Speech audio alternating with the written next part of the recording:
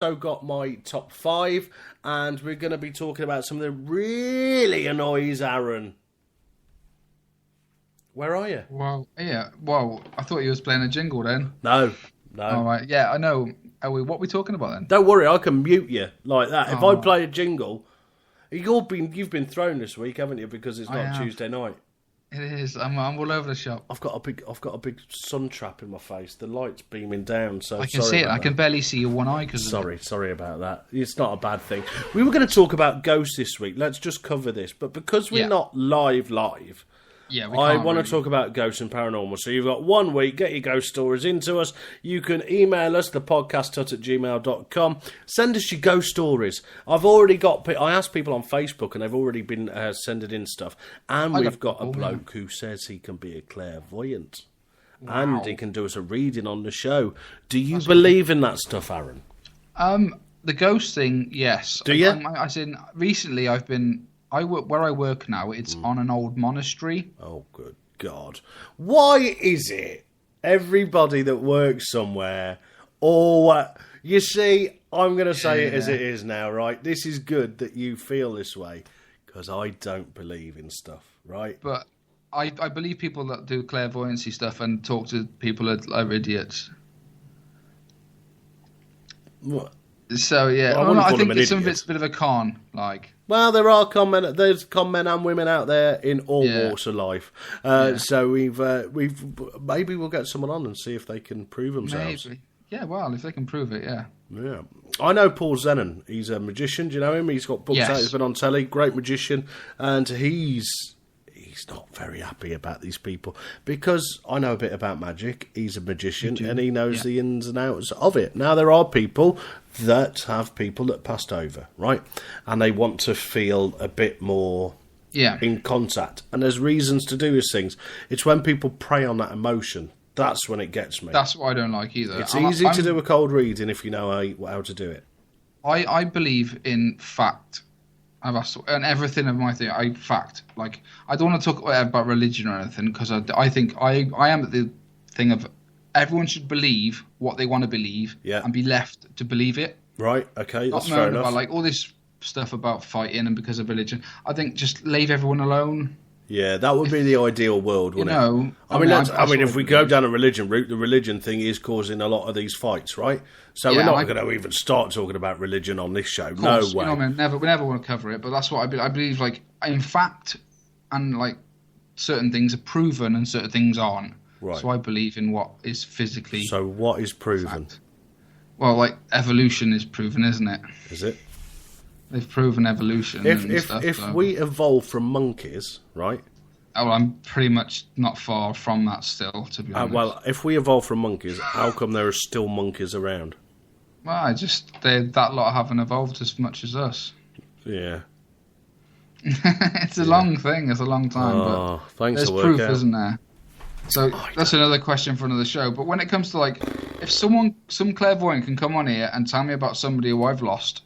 There's a thing out there. There's a thing. The great Randy has put a thing out there, and it's £1 million or $1 million. And if someone can prove they're psychic and have these abilities, then he'll give them $1 million. And that's been going for years and years and years and years and years. No one's claimed it. No. So, I don't think that's possible. Right. No, but if someone was to come up and tell me about somebody I lost, and then I maybe would believe it, but I don't think they will. Well, let's talk about this on next week's show. People listening, let's do it. We want to know your feelings, and we're not going to slate you for having an opinion. Just come on and talk to us. That's what we want to hear, right? Because do you know who Derek Akora is? I know him very well, yeah. I stood next to him in a toilet once. Right. Do you know him personally? Not personally. I know people that do. We're not going to slate people on this show, right? But Derek, if you want to come on this show, prove me wrong. Just come on the show and talk to us. But we won't say names because Aaron Blanchard is about to get done for slander. Ladies and gentlemen, listen. Every week I have my top 5. Right? We'll bring this up next week, and you can get in touch with us. I've got my weekly top 5 now. Do you want to hear it or what? I love the top 5. Well, I'll do it now for you. Tony's Top 5. So this week we all like a good movie, don't we? So I thought I'd check out the top 5 iconic film scenes that you didn't know were completely improvised. Starting at number 5, it's The Dark Knight. I'm Batman. No, I'm Batman. From the Heath Ledger and Joker explosion scene. Now, this scene from The Dark Knight was supposed to be a lot more serious and smooth. The Joker walks away from the exploding building, and there is a scripted pause, and he's getting in the bus before it drives away, and the explosions resume. However, Heath Ledger, in true Joker fashion, takes advantage of the scripted pause and doesn't get in the bus, and then fidgeting with the remote until the explosions resume, before hopping on the bus and driving off. Completely improvised. In at number 4, remembering the brothers from Saving Private Ryan. Now, during a brief break from fighting, Captain Miller, that's Tom Hanks, and Private Ryan, that's Matt Damon, begin to swap stories about their lives back home. The story Damon tells about his brothers and the barn was entirely improvised during the filming. None of the story was part of the original script. In at number 3, it's one of my favourites. You're gonna need a bigger boat. From the classic movie Jaws. When chumming the water to attract the movie's title star, the killer great white shark, Police Chief Brody catches a glimpse of the shark for the first time.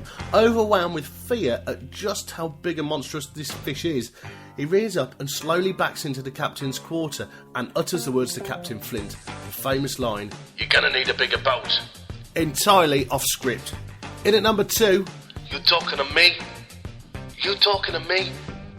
Taxi Driver, the classic line quoted by absolutely everyone, You talking to me? everywhere, You talking to me? whether or not they know where it comes from or not. It's one of the most famous lines in film history and was entirely improvised. The script called for Travis to talk to himself in the mirror, but gave no specifics. So Robert De Niro took the opportunity and improvised, and on the spot, one of the most famous lines to ever grace the movie screen. You talking to me? And finally, in at number 1 on this week's Tony's Top 5 is Looking at You, Kid, from Casablanca. This classic film line comes from one of the most famous movies of all time, critically acclaimed as a masterpiece, often ranked as one of the best movies of all time. That's a close second to Gone with the Wind, according to People magazine, which I don't read. This line was not part of the original script, and according to reports, it was a phrase that the actor Humphrey Bogart would say to fellow actress Ingrid Bergman while teaching her to play poker in between takes. So those are some of the greatest lines and moments, completely improvised, in some iconic film scenes that you may not have known were improvised. If you did, I've just secured your knowledge. They were improvised anyway. Should we get on with the show? That's this week's Tony's Top 5. I'll have another one next week. Brilliant, Tony. Do you know what? That's educating, yet entertaining. Educating people. Yet entertaining. That's brilliant. And the way I've got my knowledge together. Knowledge. And then, you know, it's educating me as well, because when I'm reading the information that I've put together, Researched. Well, it is research, yeah, but I can't remember. I should write that word down. Hold on. Let me research, yeah, bloody need it for next week's show. I mean, if we're at number 5 in comedy, well, we were this morning. That's still quite daunting. It's epic, isn't it? Do you know what I'm going to do right now? Live on the show. Yeah. I am going to. I should have gone on Periscope, shouldn't I? You should have, yeah. So we're not on, but we are on. But we're not. Well, I could go on. Should we do a little test now? Right. Let's use around. Let's. I'm just going first of all onto iTunes because we've not got that long left. Don't forget we are on iTunes, and if you want to subscribe, that would be bloody lovely of you. Lovely. So new and noteworthy. To actually be in just the all complete category would be amazing. I don't know if we are. So if you'd like to fill, and I'll count. Right, go. Start talking rubbish. Right. So if we are, this is pretty amazing that we're still in this category after this long. We thank you so much for your support and stuff. It's pretty it's been amazing. So we thank you very much for your support. How's it going, Tone? I'm on number 40, 45. Right. Right, okay. Have we found us? I can't see us. No. Oh, no, we are. We're in the all category. Oh, and that's amazing. Right ahead of us is the big podcast with Shaq. Oh, we're in the same book as Shaq O'Neal. Yeah, exactly. And just amazing. below us, BBC Radio 4, Napoleon, the Man and the Myths. There we go, BBC Radio. So that's that information. So this is all thanks to the people that bothered to vote for us and give us a few stars and talk to us. Now, we are now going to the comedy section. Brilliant. Okay, here we go. It could have changed. It probably has. So there's 5. We're not in the top 5 anymore. 10, we're not at 10 anymore. 15, we know. It's just going down. Hang this on. is terrible. 15, 20. We're at number 20. There we go, top 20, that'll do. That's not bad, top 20, but still in comedy, so that's amazing. Give yourselves a round of applause, people. You're amazing. Thank you very much. Appreciate it. Don't forget, if you want to win a Carnage badge, you have to tell us who the comedy... You have to tell us who the voice is, the celebrity voice. Yes. I'm going to play it for you one more time because I'm nice. I can smell my breath, it's really strong. I can smell my breath, it's really strong. Oof. Oh, God, what's it smell of? I can smell my breath, it's really strong. Anyway, listen, we've only got about 2 minutes left of this show, so... Right. I just want to quickly say I went for a coffee this morning. Right. I know this annoyed you, yeah. Oh. I'm sat there. There's a couple sat opposite me. Well, to be fair, there was just a girl sat opposite me, having a drink checking on her phone. I'm sat there. I got myself a nice iced latte. Bloody lovely it was. Posh. Then this bloke comes in. I'm looking down. I'm ignoring. I'm just checking some Twitter stuff and all that at Tony James comedy. And all of a sudden I hear... Oh, it's the worst. Oh, God, it was disgusting. It was like they were just... And I thought, what are they doing? And it went on for ages. And I thought they were making... Honestly, 20 minutes. It's 20 minutes.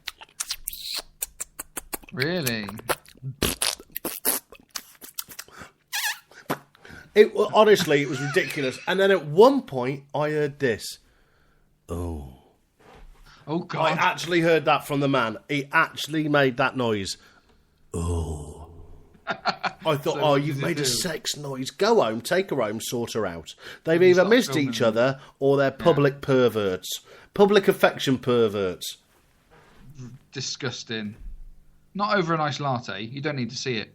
I didn't need to see it. I could hear it. That's disgusting. That's terrible. Dude, absolutely foul. Now, listen, I know something that really annoys you, so because seeing as you haven't spoke very much today, right? You miserable shitbag. I don't know what's the matter with you. Unbelievable. We're entertaining the people here. The people, yeah. Anyway, so what are you? One thing that really annoys you is your apps on your phone. Yeah. Yeah, I know you're going to go with this. Well, now listen, what is the matter with you? Sort your phone out, because the front of your phone, it looks like it's been attacked by red paint. Yeah, I ate it, and I've. Why'd you do it? You're doing it to yourself. You're doing it to yourself. I know. Basically, what it is, I left about 400 emails unread on my 400 emails. Yeah. That worries me, because I send you a lot of emails. I know. I was all over like Twitter and everything, all notifications. I just left them there. I have actually. They've gone now. I did all it this morning. Yeah, I did it this morning. If you people listening to this show have got, I want to know how many red notifications you've got on your phone. How many did you have? I think it was about 400. Right, about 4. If you've got more than 400, get in touch and tell us. We've got to go. Have we really? It's the end of the show. We'll be back next Tuesday, live at 9 o'clock. We will be live, so make sure you're here. And we're back tomorrow night with the Midweek Wrestle Chat. Thank you for listening, everyone. Yes. Have a great night, everyone. Thank you for joining in. Yes, and thank you for still listening. We love you very much. See you next week. Have a good week. Ta-da. Bye-bye. Two lads, chewing the fat. Carnage. Two lads, chewing the fat. It's Carnage. Tony and Aaron in the studio. Carnage. What will they talk about? 'Cause we don't know. Carnage. Tony and Aaron in the podcast hut. Sit back and listen while they kick some butts. That is a rubbish ending. Well, it's all that rhymes. Unbelievable. If you enjoyed this week's show, don't forget you can find us over on iTunes where you can subscribe. That means you never miss an episode. Tell your friends and we'll see you next time. Coming to you from the Podcast Hut, it's Tony, it's Aaron, and this is Carnage. See you next time.